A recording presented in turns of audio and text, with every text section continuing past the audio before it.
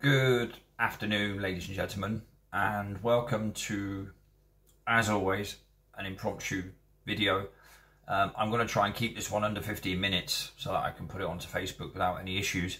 I hope you're all doing well. I hope everybody's had a good week hitherto. Mine's been okay, barring the weather, of course, which has taken a turn for the worse here on the south coast of England. It's dropped a few degrees Celsius and plenty of cloud cover, and with that lots of drizzle and rain and such like. Goodness knows how that all happened so suddenly all the time, but far be it from me to want to invoke any conspiracy theories. This week has been quite a busy one for me, and but for a change there was a bit of busyness in this week that involved something that I feel passionate about and I'm in line with and on board with, and kind of topics, not just one topic, but lots of topics that resonate with me, and so I feel comfortable addressing them, talking to people about them, and listening to people talk about them as well. And that was on Tuesday evening. There was the Flat Earth Social in Ferndown on the fringes of Bournemouth. And it's a monthly event that takes place on the last Tuesday of each month. So this time round it was the 24th of September, 7 p.m. kickoff, as it always is. It was my first time at this particular venue, which is the Bridge House Hotel in Ferndown. And we had been to, I say we because I can proudly say I was there right from the beginning. We had been originally in a place called the Globe in Swanage. And then after that, we moved to a place called the Pavilion Arms at a place called Cemetery Junction in Bournemouth. And then we were gently ushered out of there and forced to find another place. And we then moved to this place. I wasn't involved in that move or the finding of the new venue. In fact, like I said, I've never been to this venue because a few things have gotten in the way over the past few months. So, for many reasons, this was quite a sort of, I won't say a nerve-wracking event for me on Tuesday, but I was excited about it because, well, for a kickoff, there were going to be quite a few faces that I've not seen for a while. And also, obviously, going to a new place, getting accustomed to a new venue, new people, working their staff and all that sort of stuff. Because you do, you know, I don't know about you, but I certainly, if I'm somewhere on a regular basis, do like to talk to the people I'm going to see regularly. I mean, you build up a bit of a rapport, a bit of a connection, and, you know, sometimes it clicks with people, sometimes you don't get on with people. That's just the way of the world. But it's always worth, you know, staying on an amicable level with people and dealing with them appropriately, because that's how you'd want to be dealt with as well, right? So, plenty of waffle there to introduce that. I was asked to host the event on Tuesday because the person who was supposed to be beamed in from America via line of sight technology, no less. None of this bouncing off satellites business. Or maybe even undersea cables, which will probably more be the reason how that works. I do believe about 99% of the world's telecommunications go via undersea cable technology. But again, I'm going off on a tangent. And so because this gentleman couldn't host the event, I gladly went in and did it. I didn't really have a presentation as such, but I did make some notes running up to the event and things that I wanted to talk about, and kind of jotted down with bullet points and all that, you know, the score, as it were, the sort of the general order of what I would say them and all that sort of stuff. Of course, that all goes out of the window when you're there doing it, certainly if you're not doing it regularly. I mean, I've not done this sort of thing, we're talking public speaking really, for a long time. Going out on the streets doing activism and talking to people is a totally different kettle of fish altogether. But when you're in an enclosed environment, a bit like our Earth, and you're talking to people about topics and you want to kind of explain points, in a way that can be made understandable to those listening, because it's a bit like note-taking, isn't it? When you jot things down quickly because you're on the phone and you have to, what was your name again, and whatever, you write down dates and stuff like that. You sometimes struggle yourself to read your own notes back. Never mind others who might have to read those notes. It's an impossibility. You've done it for your own kind of self, haven't you, in that moment? Or a DJ who plays music that they want to play for themselves, wondering why they're not captivating an audience, right? So it's getting that balance right of talking about what you want to talk about with your own personal enthusiasm around that topic, but also making sure you're not alienating those who you're addressing, and making sure that they're on board. But you know what? On this occasion, I didn't have an issue with any of that, because I felt very comfortable right from the start. And I'm not saying this to blow smoke or anything like that. This is genuine. I tend to be genuine. I'm not somebody who will say yes when he means no. Certainly not when it comes to these topics. These topics that I've feel very strongly about and get very frustrated with, because I find they're very simple topics and the like, that should be understood by those who don't understand them or don't want to, or whatever. And that does wind me up and frustrate me like mad.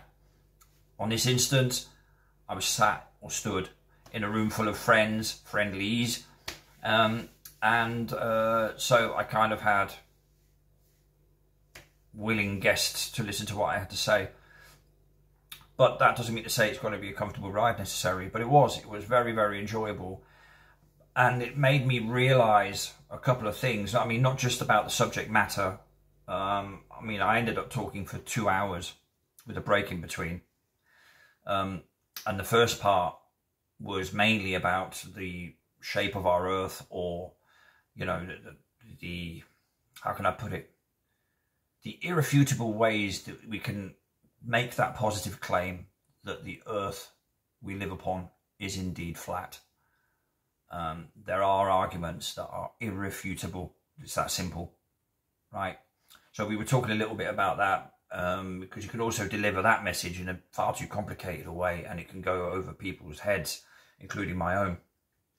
So we kept that nice and to basics, and all that sort of stuff. And then after a break, we reconvened, and then we talked about all sorts of topics, because as I said in the promo video of a couple of weeks ago, promoting this event, all of the topics that we talk about are connected. It's about the lie itself, really. Understanding that the world we live in is essentially a made-up lie, illusion, whatever you want to call it. Choose your words, whichever one suit you. Yes, our own personal realities are real. We have to get up in the morning, we have to eat, we have to pay bills, we have families, this, that, and the other. We have our own worlds, if you like. But the overall stage upon we dwelleth, right? A lot of that, most of it, in fact, is just set up, and if you think about it, against us, right? That's where the research of old world building and things like that comes into play, and comes in very handy, because then you come to the conclusion very, very quickly that all our historical narratives, certainly that predate 1800, are just nothing but fabrications and lies. But anyway, getting back to my original point, it was a thoroughly enjoyable event, and it really made me realise the importance in these times of being with like-minded people, or people who are at least open-minded to listen. Just because you're not aware of a certain topic doesn't mean to say you have to be closed and shut down to it. You can still be open to listen and give it a chance and see if it makes sense or not. And not just throw in counter arguments that you've heard from some scientists, forgetting that the scientist who's uttering those words is on a payroll, has been peer reviewed, and only has his job as her job as a scientist, in that instance, as an example, because they toe the line, because they are in line and they do what they are told. There are plenty, however, who we will never hear about because they never make it on TV, who don't preach that sort of nonsense, that mainstream narrative, you know, of little green men possibilities, asteroids narrowly missing Earth, a space vacuum that cannot be, a ball-shaped Earth, gravity holding water masses to the center, you know, pulling it to the center of the core of the Earth, even though clouds are floating around quite nicely, and all that sort of stuff, ignoring the behavior of gas and the fact that we have gas pressure on Earth means we must be in a container, because that's what pressure means. Pressure means, you know, the measure of what's pushing against, pressing against the insides of a wall, right? And the more you press in a confined space, the more pressure there is in that space. Very logical. We all know the answers. We also know a horizon is flat and level, but yet people still say, yeah, but it doesn't mean to say we're not on a ball, right? Things like that we were chewing over. But then, of course, there are other knock-on effects and other topics connected with those lies. For example, if you look up to the sky every now and then, you'll see stuff being sprayed and things like that. You know, I don't know what it is they're being sprayed, but I do know it's happening. And so do millions of other people, because there's a lot of footage knocking about, and has been very recently, of what they call geoengineering. It's a thing. It's not a figment of anyone's imagination. It's not conspiracy theory. It actually does take place very regularly. But anyway, I'm going off on a tangent there, but I just wanted to really use this video to express my thanks and gratitude to have the opportunity to have hosted the event. I've always been a big fan of these sorts of events. I think they're vitally important in this day and age. That was the point I was getting to kind of have an environment, a safe place where you can express yourself and talk about things without being judged by those who think they know better because they've heard it or read it somewhere, without having carried out their own due diligence, which makes it even more frustrating to be fighting against people who form an opinion but have no facts to form those opinions upon or from. Something that drives me up the bloody wall, if I'm totally honest. But, you know, having those environments, and I shall definitely, moving forward, be doing my own meetups in between the ones that Ian Leahy does. So he does his once a month, and I want to put mine 2 weeks after his, so right in the middle of his, and I'll do mine once a month. So there'll be a meetup every couple of weeks, because he normally has presentations on his meetups. And I'd like to retain the format that we did this Tuesday, which was a social event in the true sense of interacting as much as possible. If somebody wants to get up on stage, or the host, whatever, and say a few words with the microphone because there's a topic that the group would like addressing, then we can do that. All I had was a flip chart. I didn't have any visuals. I didn't do any PowerPoint presentations or anything like that. I kept it very nice and au natural. And it seemed to have worked, and I like it like that. The world has gone too far the other way. I've had it all afternoon dealing with authorities trying to get through to people, and the first thing you're told on the phone is, you can find us on www. And you're thinking, I just want to talk to someone about this. All right, it's the way it's going. There'll come a time when you won't ever have that human connection anymore, certainly not on the phone. So these things are going to be vital going forward. And all I'm going to say is I fully will endorse anybody who wants to come on board with me and help me in that venture, because I'm definitely going to do it. Now that I'm starting to get there, feeling better and all that, my enthusiasm levels are back up to where they should be, where they always were, and where they will remain. Anyway, I've tried to pack all that in there. I'd just like to say a big thank you to Ian and Lisa Leahy for, like I said, affording me the opportunity to host the event. I'm glad to be back. I shall be going to the next one.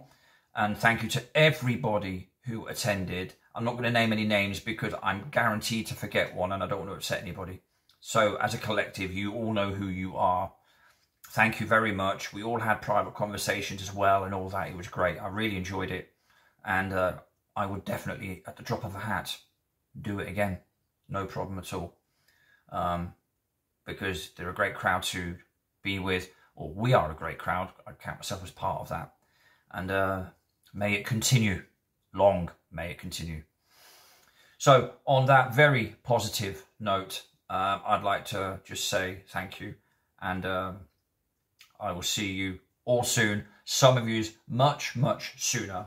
But until then, take it all bloody well easy. And ta-ta for now.